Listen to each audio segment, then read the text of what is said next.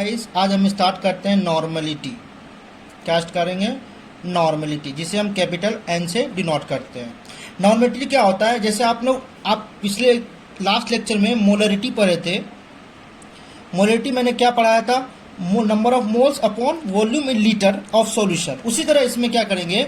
Number of equivalent of solute in पर litre volume of solution. ठीक है, यहाँ पे उस तरह डिफाइन है। इसी तरह नॉर्मलिटी भी डिफाइन है, बट वहाँ नंबर ऑफ मोल्स लेते थे, बट यहाँ नंबर ऑफ क्या लेंगे? Equivalent of solute. ठीक है, तो यहाँ पे नॉर्मलिटी होता है number of equivalent of solute upon volume of solution in litre. ठीक है, जैसे लास्ट लेक्चर में बताया था कि मोलरिटी होता है number of moles upon volume in litre. ठीक है, अब यहीं पे आगे बात करते हैं नॉर्मलिटी। नॉर्मलिटी क्या? Equivalent upon volume in litre. अगर यही वॉल्यूम ml में दिया हो तो क्या करेंगे? 1000 से मल्टीप्लाई करना होगा। ठीक है, जैसे number of moles equal to weight by molar mass होता है, उसी तरह equivalent equal to weight by equivalent mass होता है। क्या होता है? वेट अपॉन इक्विवेलेंट मास होता है। तो वेट अपॉन इक्विवेलेंट मास, आप दिमाग में आ रहा होगा इक्विवेलेंट मास क्या होता है, तो वही बता देता हूं। इक्विवेलेंट मास इक्वल टू होता है molar mass upon n factor. N factor क्या होता है वो अभी मैं कैलकुलेशन करूंगा, आगे बताऊंगा। तो यहां से क्या इक्विवेलेंट क्या आया? Number of equivalent equal to यहां पुट कर देंगे, इक्विवेलेंट मास यहां पुट कर देंगे, तो weight into n factor upon molar mass आ गया। अब नंबर ऑफ इक्विवेलेंट को उठा के हम यहां पुट कर देंगे। ठीक है, तो नॉर्मलिटी इक्वल टू क्या जाएगा मेरा? Normality equal to weight into n factor upon molar mass into volume in litre. ठीक है, उसके बाद नॉर्मलिटी इक्वल टू, आप एक चीज याद रखिएगा कि मैंने लास्ट लेक्चर में molarity equal to weight upon molar mass into volume बताया था, वॉल्यूम इन लीटर। तो आप देखिए weight upon molar mass into molar mass upon into volume, तो यहां पे इस चीज को हम मोलरिटी लिख सकते हैं। क्या लिख सकते हैं? मोलरिटी। यहां याद रखिए क्या है मेरा? मोलरिटी। क्या है ये? मोलरिटी। ठीक है, अब बात करते हैं कैलकुलेशन ऑफ एन फैक्टर। ठीक है, तो कैलकुलेशन ऑफ फैक्टर एसिड के लिए अलग होता है, बेस के लिए अलग होता है और सॉल्ट के लिए अलग होता है। तो हम यहां बात करेंगे कि एसिड में क्या होता है कि अगर एसिड एक्वस सॉल्यूशन में लेंगे तो जितना number of H plus ion मेरे एक्वस सॉल्यूशन में मिलेगा उसे हम क्या बोलेंगे? N factor. जैसे यहां पे लिखा है, फर्स्ट केस लेते हैं in the case of acidic medium. ठीक है, एसिडिक मीडियम में क्या होगा? Number of H plus ions aqueous medium in aqueous medium. ठीक है, एक्वस मीडियम में क्या होगा? देखिए HCl लिए, HCl को जब मैंने एक्वस मीडियम में क्या किया? डिसॉल्व किया, तो H प्लस और Cl माइनस, कितना H प्लस दे रहा है? 1, इसका एन फैक्टर कितना होगा? 1। उसी तरह H2SO4 को एक्वस मीडियम में मैंने क्या किया? डिसॉल्व किया, तो 2H प्लस SO4 दे रहा है, तो H का एन फैक्टर कितना हो जाएगा? 2। तो आप याद रखिएगा जितना भी आपका एन फैक्टर होगा एक्वस मीडियम में वो डिपेंड करेगा कितना मेरे पास H plus ions aqueous medium में आ रहा है, उसे हम क्या बोलेंगे? N factor. किसके लिए? एसिडिक मीडियम के लिए। अब बात करते हैं in the basic medium. Basic medium में क्या होगा? जैसे एसिडिक मीडियम में H प्लस एक्वस मीडियम में आ रहा था, उसी तरह बेसिक मीडियम में क्या होगा? जितना number of OH minus ion आएगा, OH माइनस आयन इन एक्वस मीडियम में आएगा, उसे हम एन फैक्टर बोल देंगे। जैसे NOH है, Na plus OH minus ion आ गया, तो यहाँ पे एक OH माइनस आयन आया तो एक एन फैक्टर हो गया इसका। उसी तरह आप बात करते हैं in the case of salt में। किस केस में बात करते हैं? सॉल्ट में। बेसिक मीडियम में समझ में आ गया, एसिडिक मीडियम में समझ में आ गया। अब बात करते हैं सॉल्ट के मीडियम में। सॉल्ट में क्या होता है? आपका मैग्नीट्यूड क्या लेंगे? चार्ज का मैग्नीट्यूड या पॉजिटिव लो या नेगेटिव लो, बात बराबर है, दोनों सेम आएगा। तो यहाँ पे जो एन फैक्टर होता है उसका कोई साइन नहीं होता है, वो पॉजिटिव हो या नेगेटिव हो। लेकिन यहाँ पे क्या बात करते हैं? चार्ज की। चार्ज ऑफ मैग्नीट्यूड पॉजिटिव और नेगेटिव ले लेंगे, दोनों में कोई एक लेंगे, उसका मैग्नीट्यूड क्या लेंगे? मैग्नीट्यूड। याद रखना है, चार्ज नहीं डिपेंड करता, मैग्नीट्यूड। जैसे Na2SO4 में लिए तो 2Na प्लस और SO4 में गया तो एक Na प्लस में एक पॉजिटिव चार्ज होता है, तो 2Na प्लस में कितना आएगा? 2 पॉजिटिव चार्ज, तो इसका एन फैक्टर कितना हो गया? 2। अब 8 नंबर बात करते हैं parts per million, ppm. Ppm की बात करते हैं। पीपीएम क्या होता है? आप कभी देखे होंगे, आप घर में कोई केसर का दूध बनाते होंगे, तो केसर के दूध में आप कितना डालते हैं? केसर थोड़ा सा डालते हैं। उसी तरह यहाँ पे सॉल्यूशन के अंदर सोल्यूट का जो पार्टिकल होगा वो बहुत ही कम होगा, बहुत ही नेग्लिजिबल, 10 के पावर 6 के अप्रोच होगा। वही बोला है, the parts of the solute in gram present in the पर मिलियन पार्ट्स ऑफ 10 के पावर 6 ऑफ द सोल्यूशन।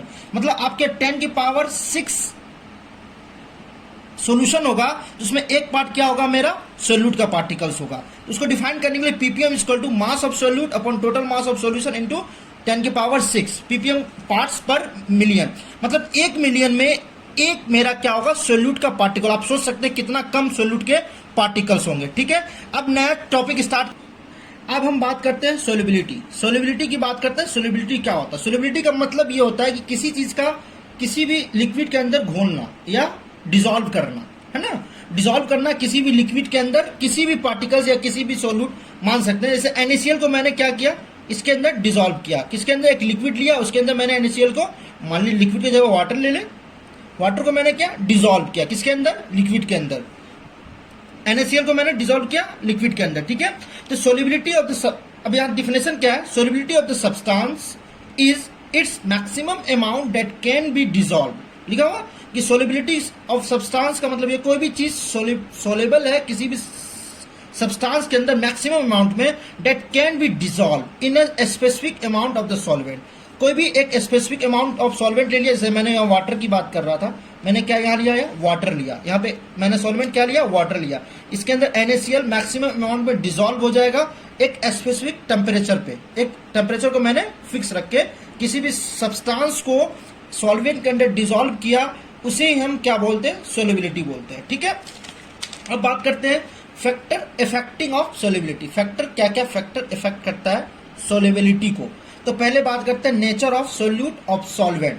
मतलब जो आपका सोल्यूट पार्टिकल है वो सॉल्वेंट के नेचर पे, दोनों के नेचर पे डिपेंड करता है। मान लीजिए पोलर सॉल्वेंट को पोलर सॉल्वेंट, मैंने पोलर सोल्यूट को डिसॉल्व किया, मैंने पोलर सॉल्वेंट के अंदर पोलर सोल्यूट को डिसॉल्व किया, तो वहाँ फोर्स ऑफ अट्रैक्शन होगा जिसके अंदर वो जल्दी डिसॉल्व हो जाएगा। मैंने यहीं पे अगर पोलर और नॉन पोलर ले लूंगा तो जल्दी डिसॉल्व नहीं होगा। उसी तरह यहाँ बात करते हैं टेम्परेचर की। अगर मैंने टेम्परेचर को क्या किया? इंक्रीज किया। अगर मैं टेम्परेचर को इंक्रीज करूंगा तो जो पार्टिकल्स होंगे एक दूसरे से दूर जाएंगे, डिसॉल्व तो अच्छे से होंगे नहीं, तो सोलिबिलिटी मेरा क्या होगा? डिक्रीज कर जाएगा। तो ही बोला कि if temperature increase then solubility क्या होगा? मेरा डिक्रीज करेगा। ये भी समझ, बात को समझिए, टेंशन वाली बात नहीं। आपको दिमाग खुद होगा कि मैंने मान लीजिए टेम्परेचर को इंक्रीज किया, तो टेम्परेचर को जब इंक्रीज करेंगे तो पार्टिकल्स क्या होगा? एक दूसरे से दूर जाएगा। मान लीजिए कहीं घर में ही या किसी भी प्लास्टिक को गर्म करते हैं तो प्लास्टिक क्या होता है? एक्सपेंड करता है। उसी तरह पार्टिकल्स पे एक्सपेंड करेगा तो वाटर के अंदर डिसॉल्व तो जल्दी हो नहीं पाएगा। तो मैंने टेम्परेचर को क्या किया? इंक्रीज किया, तो मेरा सोलिबिलिटी डिक्रीज करेगा। इसी सोलिबिलिटी पे एक साइंटिस्ट आए हेंडिस, उन्हें क्या दिया? हैंडी लॉ दिया। क्या दिया? हेंडिस लॉ दिया। वो हेंडिस लॉ ये बताता है कि किसी भी गैस के अंदर, इसी सोलिबिलिटी पे है हेंडिस लॉ, समझ रहे हैं ना बात? तो मैंने क्या किया कि हेंडिस लॉ में क्या बता रहा हूं कि कभी भी आप घर में लाए होंगे कोको कोला या स्प्राइट या कोई भी थम्स अप, तो आप ढक्कन खोलेंगे तो उसके अंदर क्या होता है? गैस निकलता है। तो गैस क्यों निकलता है भाई? क्योंकि उसको हाई प्रेशर पे CO2 गैस या कोई भी गैस उसके अंदर क्या किया जाता है? सोलेबल किया जाता है, सोलेबल किया जाता है उसके अंदर। तो वो हेंडिस क्या बताया कि जो मैंने CO2 गैस को इसके अंदर डिसॉल्व किया तो गैस के पार्शियल प्रेशर के डायरेक्टली प्रोपोर्शनल होगा जो हम सोल्यूट के पार्टिकल्स इसमें क्या कर रहे हैं? डिसॉल्व कर रहे हैं। The partial pressure of gas is directly proportional to mole fraction of solute. ठीक है, और उसी पार्शियल प्रेशर को क्या किया? इक्वल टू क्या लगा दिया मैंने? हेनरी कांस्टेंट लगा दिया, मोल फ्रैक्शन। इसे केस क्या बोलते हैं? Henry constant. ये आपको कांस्टेंट क्या होगा? गिवन होगा एग्जाम में। ठीक है, अब आगे बात करते हैं क्वेश्चन। अब इस पे इसका डिफिनेशन लिखा देते हैं आपको। अब यहीं पे मैंने हेंडिस लॉ जो बताया उसी को मैंने उसका डिफिनेशन लिख दिया, क्योंकि एग्जाम में डिफिनेशन भी आता है कि हेंडिस लॉ क्या होता है। आप हेंडिस लॉ का डिफिनेशन लिखिएगा, फिर मैंने जो पीछे लिखा है वो कर दीजिएगा। Henry's law states the partial pressure of the gas in a vapour phase is proportional to the mole fraction of the gas, mole fraction x in the solution. ठीक है, क्या बोला कि जो आपका पार्शियल प्रेशर होगा वो डायरेक्टली प्रोपोर्शनल होगा मोल फ्रैक्शन ऑफ सोल्यूट। सोल्यूट मतलब जो गैस मैंने डिसॉल्व किया है, इसको मैं क्या लिख दिया था? Partial pressure equal to Henry constant into mole fraction of solute. बस यही है, आपको सोल्व है नहीं। केएच किस पे डिपेंड करता है? Only depend on temperature. ठीक है, अब इस पे क्वेश्चन कर लेते हैं। क्या कर लेते हैं? क्वेश्चन। हेनरी लॉ कुछ नहीं है, हेनरी लॉ बस यही बताता है कि मैं गैस को डिसॉल्व करूंगा लिक्विड के अंदर, वो डायरेक्टली प्रोपोर्शनल होगा उस गैस के पार्शियल प्रेशर के डायरेक्टली प्रोपोर्शनल होगा। बस इतना ही है। और उस प्रोपोर्शनल कांस्टेंट को हटाने के लिए मैं क्या लगा दिया हूँ? केएच लगा दिया। जैसे हेनरी कांस्टेंट डिपेंड किस पे? टेम्परेचर पे डिपेंड करता है। अब आते हैं क्वेश्चन पे। क्वेश्चन अब देखिए, क्वेश्चन क्या है? If N2 gas is bubbled through water. आप क्या कर रहे हैं? N2 गैस को वाटर से पास कर रहे हैं एट कितने? 293 kelvin. In the 1 litre of the water assume that N2 exerted a partial pressure of इतना। पार्शियल प्रेशर दे दिया गैस का केएच की वैल्यू भी दी हुई है, तो बोल रहा है कि कितना उसके अंदर गैस डिजॉल्व होगा इतने प्रेशर पे। क्वेश्चन क्या बोल रहा है समझिए चीज़ों को, क्वेश्चन क्या बोल रहा है। तो मान लीजिए मैंने एक कंटेनर लिया, क्या लिया, एक कंटेनर, ठीक है। कंटेनर के अंदर अब क्या क्वेश्चन में क्या बोला कि मैंने इसके अंदर N2 गैस को डिसॉल्व कर रहे हैं कितने पार्शियल प्रेशर पे। वो पार्शियल प्रेशर मेरा दिया हुआ, कितना दिया हुआ पार्शियल प्रेशर, देख लीजिए पार्शियल प्रेशर 0.987, 0.987, ठीक है। और इसका हैंडी कांस्टेंट यहाँ पे हम क्या लिखेंगे, पार्शियल प्रेशर में दिया हुआ 0.987 और 987 और हैंडी कांस्टेंट कितना दिया, केएच की वैल्यू, केएच की वैल्यू 76480, ठीक है। तो आप हेनरीज लॉ के हिसाब से क्या होता है, partial pressure is equal to KH into mole fraction of solute, ठीक है। अब मोल फ्रैक्शन निकालना है तो मोल फ्रैक्शन निकाल लीजिए, मोल फ्रैक्शन ऑफ सोल्यूट मतलब यहाँ पे सोल्यूट क्या है, N2 है, N2 डिसॉल्व कर रहे हैं ना इसके अंदर, तो क्या हो जाएगा partial pressure of on KH, तो इसकी वैल्यू क्या आ जाएगी, पार्शियल प्रेशर 0.987 अपॉन 76480।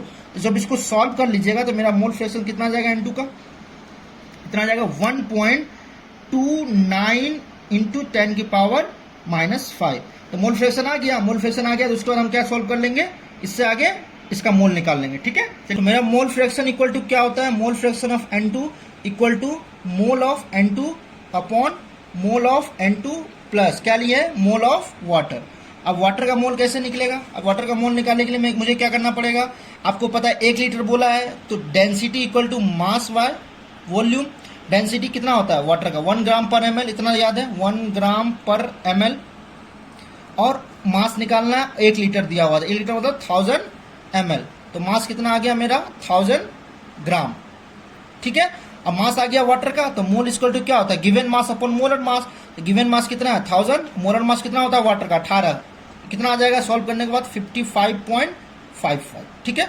बस यहाँ पुट कर दीजिए, तो मोल फ्रैक्शन मेरा पीछे और कितना आया था 1.29 इंटू 10 की power -5 equal to mole of N2 upon mole of N2 plus 55.55। जब इसको सॉल्व कीजिएगा तो मोल ऑफ N2 यहाँ से आ जाएगा 7.16 इंटू 10 की पावर -4, मतलब इतना मोल मैं N2 का डिसॉल्व कर पाऊंगा। पार्शियल प्रेशर जो क्वेश्चन में गिवन था 0.987 बार, उतने पे मैं कितना N2 का मोल को डिसॉल्व कर पाऊंगा गैस में, इतना। इसलिए हेनरीज लॉ यही बताया कि हेनरीज लॉ यही बताता है कि पार्शियल प्रेशर कितना अप्लाइड करें कि इतना मोल उसके अंदर डिसॉल्व हो पाएगा। अब नया टॉपिक स्टार्ट करते हैं, वेपर प्रेशर। वेपर प्रेशर को समझिएगा, फिर उसके बाद मैं डिस्कस करूंगा। वेपर प्रेशर क्या होता है, मान लीजिए मैं कंटेनर लिया, कंटेनर में मैंने क्या लिया, लिक्विड लिया, कोई भी लिक्विड ले लीजिए आप, कोई भी वाटर ले लीजिए ना, चलिए मैंने वाटर ले लिया, वाटर ले लिया। वाटर को मैं जब हीटअप करूंगा एक कांस्टेंट टेम्परेचर पे, कांस्टेंट टेम्परेचर मैं क्या करूंगा, हीटअप करूंगा। जब हीट करूंगा तो इसके जो पार्टिकल्स होंगे वेपर बन के ऊपर जाएंगे, और कुछ समय के बाद क्या होगा कि ये जो वेपर बना वो वेपर क्या होगा, इस पे एक प्रेशर लगाएगा, किसके, सॉल्वेंट के या लिक्विड के सरफेस पे। ये जो प्रेशर अप्लाई करेगा इसे ही हम बोलते हैं वेपर प्रेशर।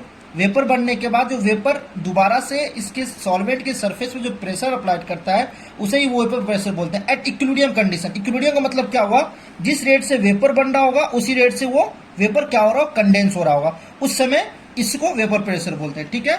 इसका मैंने यहाँ लिखा रखा हूं, the pressure exerted by the vapour above the liquid surface. ये लिक्विड सरफेस के ऊपर जो वेपर प्रेशर अप्लाई करेगा इन इक्विलिब्रियम, क्या, equilibrium with the equilibrium liquid at a given temperature is known as vapour pressure.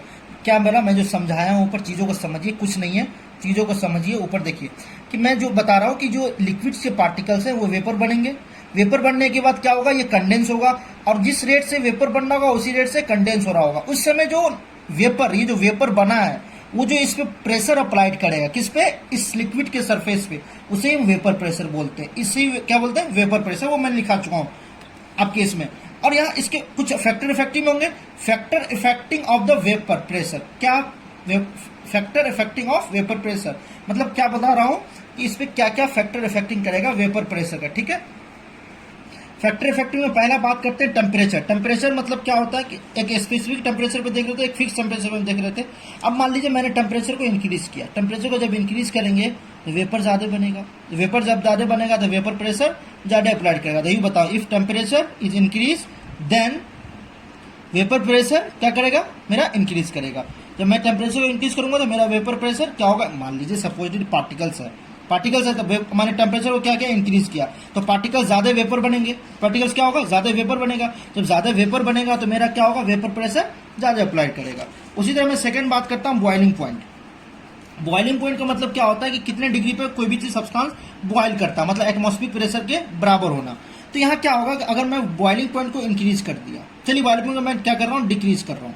जब मैं boiling point को decrease करूंगा तो कम टेम्परेचर पे क्या होगा, ज्यादा वेपर बनेगा। जब ज्यादा वेपर बनेगा तो मेरा वेपर प्रेशर इंक्रीज करेगा। वेपर प्रेशर क्या होगा, मेरा इंक्रीज करेगा। तो याद रखिएगा, अगर if boiling point boiling point क्या होगा, डिक्रीज करेगा, तो मेरा वेपर प्रेशर क्या होगा, इंक्रीज करेगा। क्यों इंक्रीज करेगा, बिकॉज कम टेम्परेचर पे ज्यादा वेपर बन जाएगा। ठीक है, अब सेकंड बात करते हैं nature of liquid. Nature of liquid का मतलब क्या हुआ, if force of attraction increase then vapour pressure decrease. Nature का मतलब क्या हुआ कि पार्टिकल्स के नेचर पे, अगर मान लीजिए कोई सब्सटेंस ले लिया मैंने, इथेनॉल और वाटर ले लिया, क्या लिया, इथेनॉल और वाटर, दोनों के बीच क्या है, फोर्स ऑफ अट्रैक्शन ज्यादा है ड्यू टू हाइड्रोजन बॉन्डिंग। किसके कारण, ड्यू टू हाइड्रोजन बॉन्डिंग। जब हाइड्रोजन बॉन्डिंग आएगा इथेनॉल और वाटर के अंदर, तो इसके अंदर डिजोल्व ज्यादा हो जाएगा।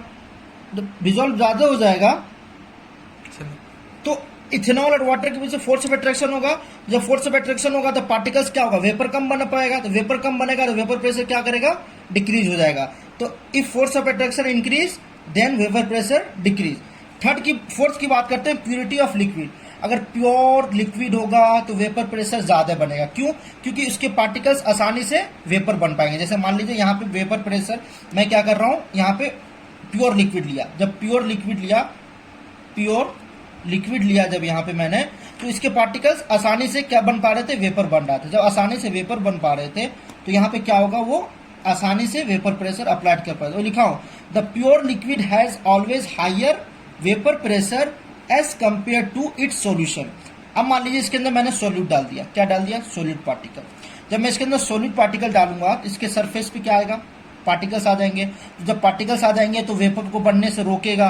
अब मान लीजिए यहाँ पे आप जा रहे थे, अभी कहीं जा रहे थे, बीच में दीवार आ गया, तो आप दीवार क्या करेगा, इसको रोकेगा, आप दूसरे साइड नहीं जाने देगा। उसी तरह सॉलिड पार्टिकल दीवार वॉल का काम करता है। किसकी तरह, वॉल का। ये वॉल आ गया, आप देखिए यहाँ पे पार्टिकल्स आ जाएंगे तो कम वेपर बन पाएगा। जब कम वेपर बन पाएगा तो वेपर प्रेशर कम अप्लाई करेगा। इतने क्या थे इसके फैक्टर, चार कौन कौन पॉइंट थे, पहला टेम्परेचर, दूसरा क्या था बॉइलिंग पॉइंट, तीसरा क्या था नेचर ऑफ लिक्विड, और चौथा क्या था प्यूरिटी ऑफ लिक्विड। ठीक है, अब बात करते हैं वेपर प्रेशर रॉल्स लॉ। एक रॉल्स लॉ आता है। रॉल्स लॉ क्या बताता है हमारा, रॉल्स लॉ भी एक हेनरी कांस्टेंट की तरह होता है, बट यहाँ पे हम क्या पढ़े थे कि partial pressure is directly proportional to mole fraction of gas, मैं जो डिसॉल्व कर रहा था ऑफ सॉल्यूट। बट यहाँ पे जो होगा partial pressure of the liquid is directly proportional to mole fraction of the liquid. Same क्या लिखा है यहाँ पे रॉल्स लॉ में, for any volatile substance the partial pressure exerted vapour या गैस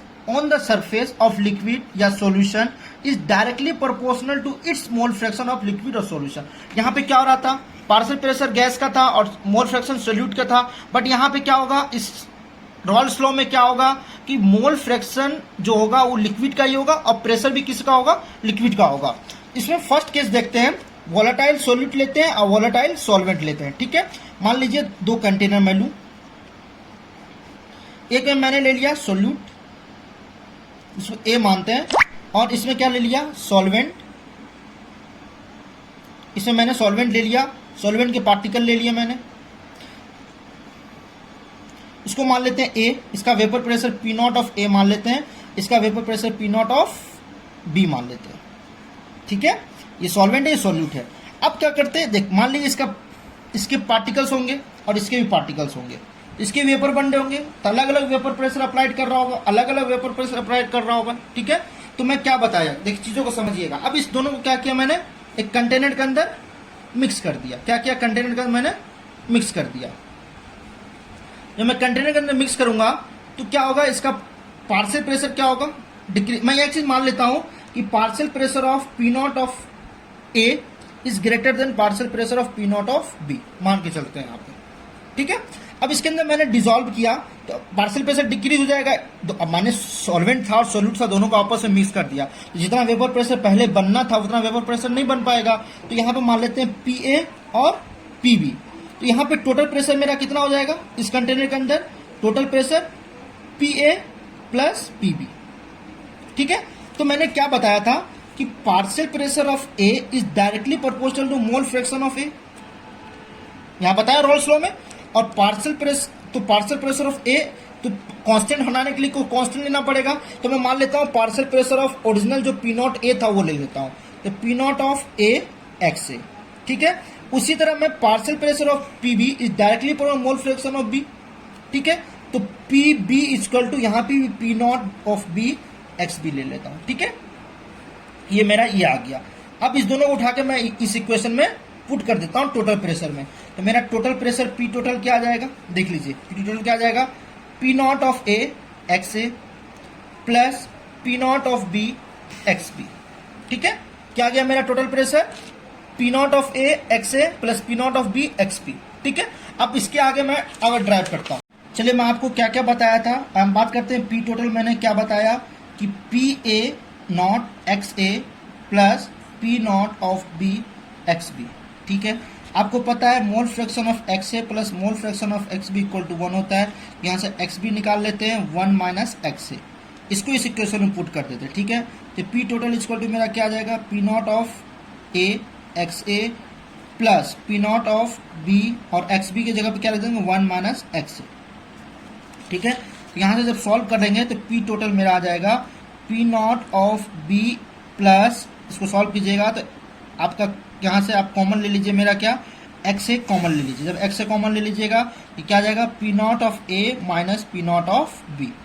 ठीक है, ये मेरा P टोटल आ गया, एक टर्म मोल फ्रैक्शन में आ गया। और आपको PA क्या बताया था, P not of A XA और PB क्या बताया था, P not of B XB। ठीक है, अब इसका हम ग्राफ ड्रॉ करते हैं, तो इसको y मान लेते हैं और इसको m मान लेते हैं, इसको x मान लेते हैं। ठीक है, और इसको y equal to m x. ठीक है, और यहाँ पे मान लेते हैं y equal to m x plus c, ये मेरा c क्वांटिटी आ गया। ठीक है, ठीक है ना, ये m क्या हो जाएगा, y इक्वल टू ये मेरा c आ जाएगा और ये मेरा एम एक्स आ जाएगा। ठीक है, अब इसका हम ग्राफ ड्रॉ करते हैं। ग्राफ ड्रॉ करने के लिए आपको देख लीजिए सामने ग्राफ है, तो यहाँ पे ले लेते हैं पार्शियल प्रेशर ऑफ PA और यहाँ पे mole fraction of XA equal to 1 ले लेते हैं, और मोल फ्रैक्शन यहाँ 0 लेते हैं, और मोल फ्रैक्शन ऑफ B कितना लेते हैं, 1 लेते हैं, और यहाँ मोल फ्रैक्शन ऑफ A कितना लेते हैं, 1, और मोल फ्रैक्शन ऑफ B कितना लेते हैं, 0 लेते हैं। अब मान लीजिए जब मोल फ्रैक्शन ऑफ 0 पुट कीजिए, जब 0 पुट कीजिए तो PA क्या आएगा, 0 आएगा, और अगर 1 पुट कीजिएगा तो P नॉट आएगा, तो P नॉट ऐसे ग्राफ जाएगा मेरा, तो मेरा क्या जाएगा, P नॉट PA, P आ गया, P नॉट ऑफ A आ गया, मेरा आ गया ना। अगर यहाँ पे देखिएगा इस इक्वेशन में मैं पुट करता हूँ x इक्वल टू 0, तो 0 आएगा, है ना। अगर x इक्वल टू यहाँ 1 पुट करता हूँ P नॉट, अब मैंने क्या बताया था कि P नॉट ऑफ A क्या है, ज्यादा है P नॉट ऑफ B से, तो P नॉट ऑफ B से ज्यादा है, तो इसको हल्का सा नीचे रखेंगे। कहाँ रखेंगे, हल्का सा नीचे रखेंगे, तो मेरा क्या आ जाएगा, P नॉट ऑफ B आ गया। अब बात करते हैं टोटल प्रेशर का। जब टोटल प्रेशर में मैं x की वैल्यू 0 पुट करता हूँ, XA की वैल्यू, तो P नॉट B आएगा, P नॉट B आ गया। अगर x इक्वल टू 1 पुट करता हूँ तो क्या आ जाएगा, P नॉट ऑफ A आ जाएगा। तो यहां से लेकर ये ग्राफ यहां से आ जाएगा, तो ये मेरा ग्राफ आ गया क्या, P टोटल का, P total PA plus PB, और ये ग्राफ किसका आ गया, PB equal to P not of B XB, और ये ग्राफ किसका आ गया, PA equal to P not of A X से। ठीक है, अब हम नेक्स्ट लेक्चर में बात करेंगे, ये मेरा यहाँ पे कंप्लीट हो गया रॉल्स लॉ। अब नेक्स्ट लेक्चर में बात करेंगे आइडियल सॉल्यूशन और नॉन आइडियल सॉल्यूशन के बारे में डिस्कस करेंगे नेक्स्ट लेक्चर में। ठीक है, और यहीं पे लेक्चर को